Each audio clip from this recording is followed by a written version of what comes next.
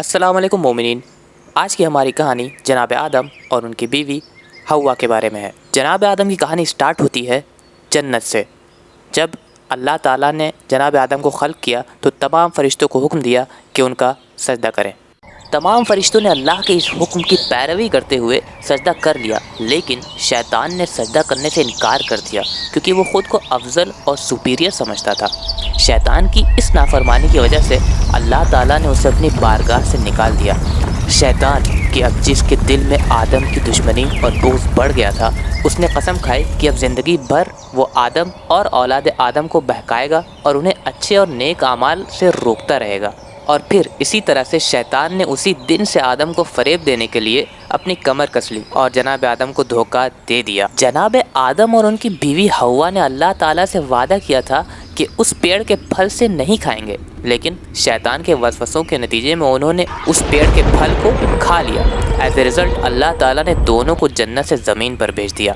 حضرت آدم اور حوا کو شیطان سے فریب پانے کے بہت دکھ تھا، اسی لیے انہوں نے عہد کر لیا کہ وہ اب ہرگز اللہ کے حکم کی نافرمانی نہیں کریں گے۔ اللہ نے حضرت آدم اور حوا کو 2 بیٹے عطا کیے جن کا نام حابیل اور قابیل تھا۔ جناب آدم اور حوا پوری کوشش کرتے تھے کہ اپنے بیٹوں کی بہترین تربیت کریں اور انہیں شیطان کے وسوسوں سے خبردار کرتے تھے۔ حابیل جو کہ ذہین اور ایماندار لڑکا تھا، اپنے والدین کی نصیحتوں کو غور سے سنتا تھا۔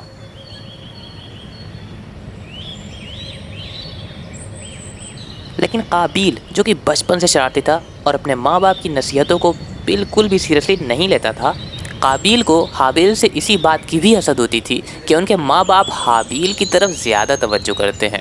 اسی طریقے سے دن گزرتے رہے اور حابیل اور قابیل بڑے ہو گئے۔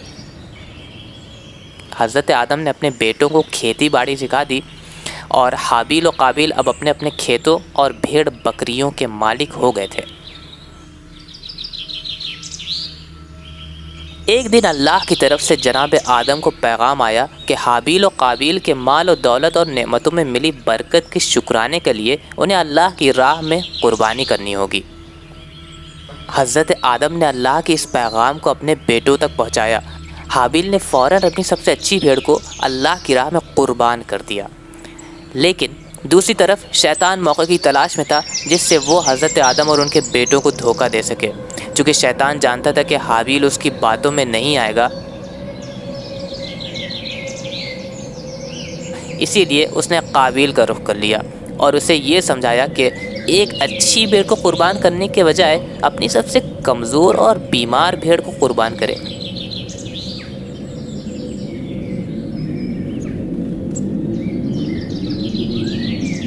اللہ نے جناب آدم کو پیغام پہنچایا کہ حابیل کی قربانی قبول کر لی گئی ہے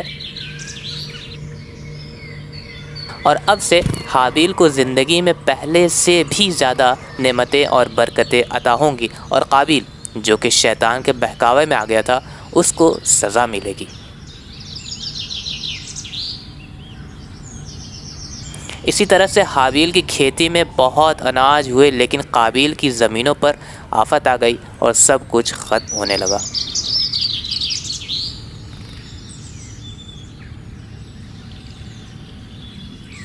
قابیل نے جب یہ دیکھا کہ اس کا بھائی ابھی بھی اس سے آگے ہے تو اسے اور زیادہ حسادت ہونے لگی۔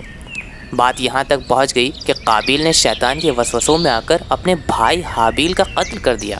جی ہاں، قابیل نے اپنے بھائی کو قتل کر دیا۔ قتل کے بعد اسے نہیں پتا تھا کہ اب حابیل کی لاش کے ساتھ کیا کرنا ہے۔ اللہ سبحانہ و تعالیٰ نے قابیل کو یہ سکھانے کے لیے کہ لاش کے ساتھ کیا کرنا چاہیے، 2 کووں کو حکم دیا کہ قابیل کے سامنے ایک دوسرے سے جھگڑا کریں اور ایک کوا دوسرے کوے کو قتل کر دے۔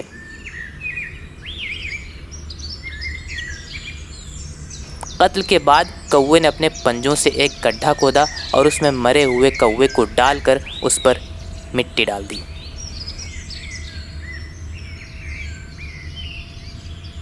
اسی طرح سے قابیل نے اپنے بھائی کو دفنا دیا، مگر جب تک زندہ رہا اسے کبھی سکون میسر نہیں ہوا۔